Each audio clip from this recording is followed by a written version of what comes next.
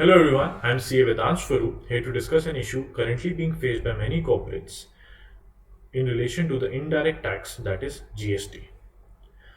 In this unprecedented situation of the outbreak of COVID 19 and consequent lockdown, the businesses have come to a complete halt and corporates are facing huge losses due to the fixed costs, salaries, and other expenditures.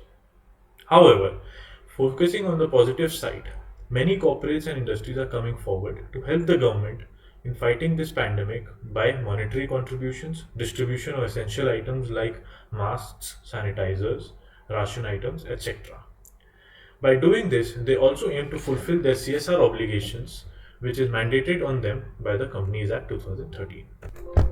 Today, we are going to discuss the GST implications of such CSR expenditures being incurred by the corporates.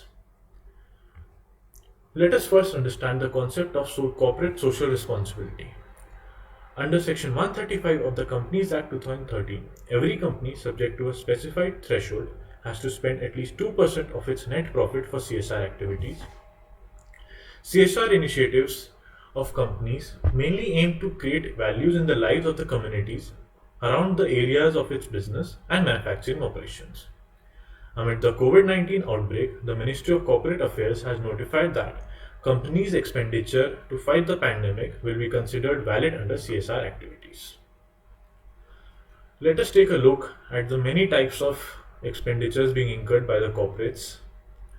Distribution of masks and ventilators to hospitals, building or improving infrastructure of hospitals, incurring cost on improving and running guest houses and other residential facilities as quarantine centers. There may be other types of expenditure also being incurred by corporates, but for now we will consider these three only. Now, to understand the GST implication of CSR expenditure, let us take an example of corporates distributing masks and ventilators to hospitals. To determine the implication of GST, we need to answer two questions. One, involvement of GST component on purchases of masks and ventilators. Secondly, the GST component paid on such purchases will be eligible as ITC to the corporates or not. As we must be aware, the GST is levied on majority of items being supplied in the market. Therefore, masks and ventilators also have GST component on them. Thereby, the company, while procuring masks and ventilators, will be paying certain amount of GST to the supplier. Now, it is pertinent to determine whether the GST component paid by the companies to the suppliers will be available to them as ITC or not. If such component is not available as ITC, then it will amount to an additional cost and will act as a burden on the corporates. This may result in many corporates being discouraged to participate.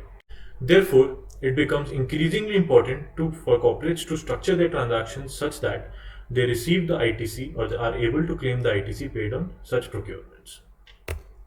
To check the eligibility of such GST component as ITC, the GST law generally leads us to two sections, Section 16 of the CGST Act 2017 and Section 17 subsection 5 of the CGST Act.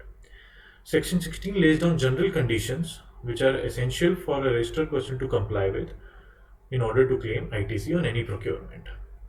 Whereas Section 17(5) lays down specific cases wherein specified registered persons cannot claim ITC. Let us first understand the implication of Section 16. According to Section 16, subsection 1, any registered person is eligible to take input tax credit on procurement of goods and services which are being used in course or furtherance of business. The key words here are course or furtherance of business. Now, we must determine whether CSR expenditure or activity is in the course or furtherance of business. To understand, let us first start by understanding the meaning of business. Section 2, subsection 17 of the CGST Act includes incidental and ancillary activities in the ambit of the term business. Therefore, CSR is an ancillary and incidental activity to the business due to it being a mandatory requirement. It is mandated under the Companies Act 2013. CSR is essentially a price given to do business and comply with the Companies Act 2013. To understand this further, we may place our reliance on the decision of Mumbai Tribunal in case of SL Propack Limited, wherein the issue under consideration was whether Senvat credit of CSR expenditure is allowed to the entity or not. The tribunal held that if by undertaking CSR expenditure, the corporate image of the applicant improves and thus its credit rating improves, then such activities should be considered as business activities. The tribunal also noted that CSR was a mandatory requirement and if not complied with, then the production and sustainability of the company itself would be at stake. For making the following observations, the tribunal held that the Senvat credit of service tax paid for undertaking CSR activities must be allowed to the applicant. Therefore, it can be concluded that the CSR activities are in the course or furtherance of business, as without them, there may be a question on the survival of the company. Another question which comes to mind during this analysis is the impact of Section 37 of the Income Tax Act. The CSR activities are disallowed as business expenditure in the Income Tax Act, but in my humble opinion, it will have no impact on the analysis of the GST law. It can be said that the CSR activities are in compliance of the requirements of Section 16, subsection 1 of CGST Act. Upon satisfying the conditions of Section 16, we now must proceed to Section 17, subsection 5, which is a negative list of input tax credit. That is, it specifies some cases wherein a registered person cannot avail the ITC on certain goods or services. Let us quickly go through the negative list items in Section 17, subsection 5. Motor vehicles for transportation of persons having approved sitting capacity of not more than 13 persons. Vessels and aircrafts. Insurance, servicing and repair maintenance of motor vehicles. Food and beverages, outdoor catering, beauty treatment, health services, etc. Membership of a club, health, fitness center. Travel benefits extended to employees. Work contract services for construction of immovable property other than plant and machinery. Goods or services being used in construction of any immovable property on his account, even if used for businesses other than plant and machinery.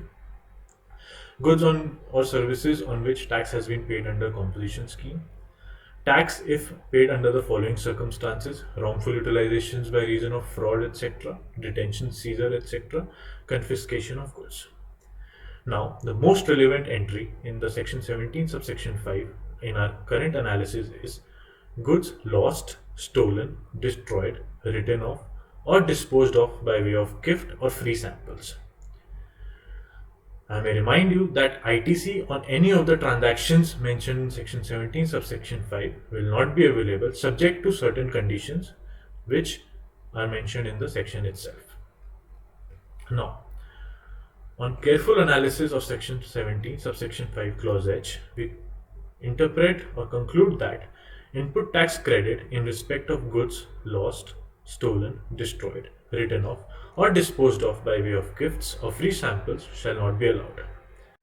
Now, a question comes whether goods and services used in the CSR activities will be considered as disposed by way of gifts or not.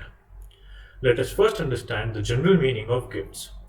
Gift means something which is given voluntarily to the other person without any consideration, and the donor, that is the person gifting, should not derive any advantage from such gift. Now we need to understand the comparison between a gift and a CSR activity. A CSR activity in nomenclature is not a voluntary activity. It is mandated by a law. Therefore, it cannot be termed as a gift. Any activity which is mandated by any contract or law cannot be termed as a gift.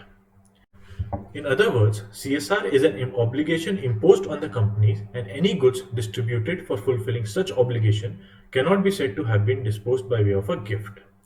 Also, we must also understand that engaging in corporate social responsibility helps a corporate in improving its image in the society. This improvement in the image will eventually give a financial benefit later on by increasing the goodwill of the company. To conclude, we can easily say that such CSR activities do not fall under the scope of Section 17, subsection 5, clause H, thereby not restricting any ITC on such transactions. Now, Some other points that also need to be discussed within this clause are CSR expenses incurred on services provided. Section 17 subsection 5 clause H restricts ITC only on goods procured and not on services provided. Therefore, it can be concluded that any services provided by corporates as part of CSR obligations will not be considered in the light of this clause. Thereby, if eligibility of any such transactions as ITC is needed to be determined, then it is reasonable for us to leave section 17 subsection 5 clause H aside. Another issue which should be discussed alongside the discussion on section 17 subsection 5 clause H is the applicability of various advance rulings given in this reference. One such advance ruling is in the case of Polycab Wires Private Limited, wherein the applicant had distributed electrical goods to people affected by floods in Kerala. The Kerala Advance Ruling Authority invoked section 17 subsection 5 clause H to deny the ITC to the applicant on procurement of such electrical goods. Also, in the case of Sanofi India Limited, the Maharashtra Advance Ruling Authority denied ITC on pens, notepad, keychains, etc., voluntarily distributed to distributors or doctors without any contractual obligation. Therefore, these advance rulings have been based on the principle of gift. In both the decisions, no discussion in light of CSR contribution has been made. Thereby, we can say that the applicability of both the advance rulings is limited, as no CSR clause has been considered while giving out the rulings. Once we satisfy the conditions of section 16 and avoid the restriction of section 17 subsection 5, we are eligible to take credits subject to a few other conditions, like there should be a valid document, the goods or services must have been received by the corporate, supplier must have paid the tax, the buyer must have paid the supplier within 180 days, both parties must have filed the returns, and the time limit or the time restriction to avail a credit of a financial year should be kept in mind. To end the discussion, we can conclude that CSR expenditure or activity satisfies the conditions of the provisions of section 16 subsection 1, that is, being used in the course or furtherance of business, and do not fall in the restriction of section 17 subsection 5 clause H, as cannot be considered as gifts. Therefore, in my humble opinion, ITC of GST paid on such transactions should be available to the corporate. As this is a litigated issue, the government should bring an amendment to ensure that ITC is available to the corporates, as this would encourage more and more industries or corporates to come forward and help the society and the government in fighting this pandemic. This was my analysis of one of the most common issues being faced by corporates these days. Really hope the viewers found it useful. Keep coming back to this channel to watch more analysis of the GST law. Thank you.